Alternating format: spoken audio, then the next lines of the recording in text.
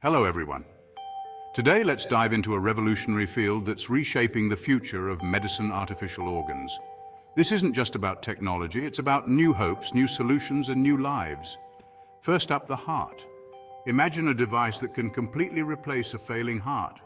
That's what total artificial hearts, or TAs, do as a bridge to heart transplantation. And then there are ventricular assist devices, or VADs. These aren't full replacements, but they're vital supports, helping weak hearts pump blood. Moving on to the kidneys.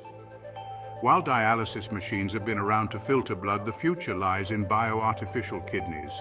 These devices, still in development, aim to merge living kidney cells with synthetic materials to mimic natural kidney functions. Now let's talk liver. Bioartificial liver devices utilize liver cells or liver-like materials, not just to mimic, but actively support liver functions, detoxifying blood for patients in acute liver failure. The lungs and pancreas aren't left out either. Artificial lungs, like ECMO machines, provide crucial breathing support, while artificial pancreases are already changing lives by automating insulin delivery based on real-time glucose monitoring. Advancements are accelerating thanks to 3D bioprinting, which allows the creation of tissue scaffolds and potentially whole organs using a patient's own cells. This reduces rejection risks and improves compatibility.